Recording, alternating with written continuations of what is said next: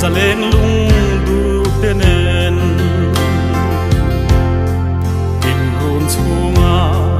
lim zai kan vor lain lung lai herin rikla zamual iliam mai hi fil kan hailwa ani kan tuar dam hei love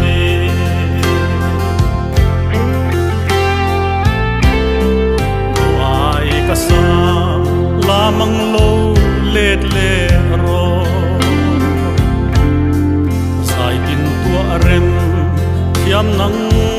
wang amo hoi kum len rual zale lim zai han vor tur hi iphal talo vem ni kan zong ruai che asin Chian du tak sana ana ani ilim thale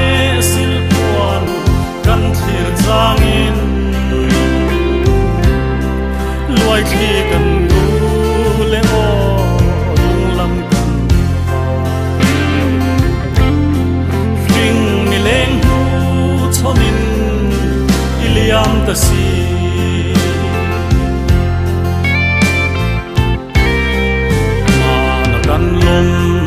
per khuang ching trăng te hian ariang sui lung le na kai tho thina kan lim tha le su nu kan chui ki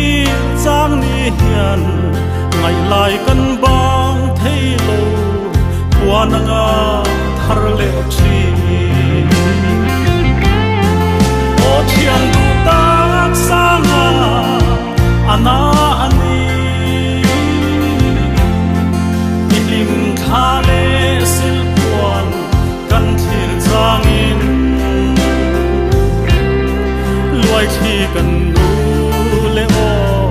lung lam kan fing mi leng du chonin iliam ta si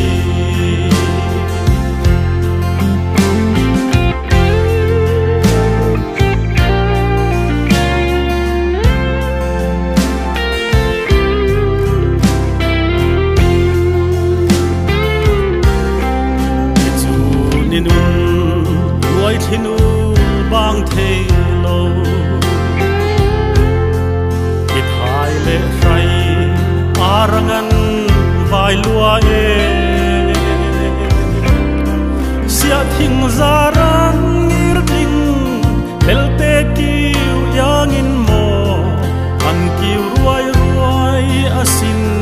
chan zai rel si lo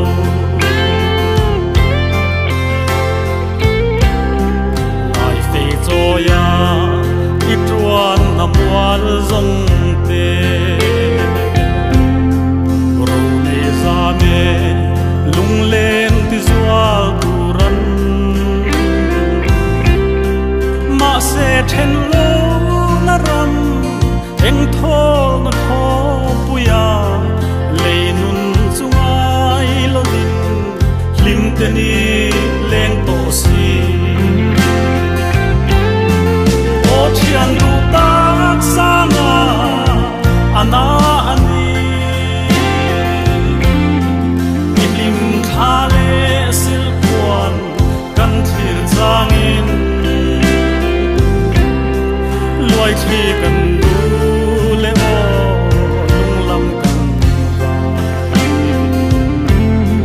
fing mi leng du chonin iliam ta si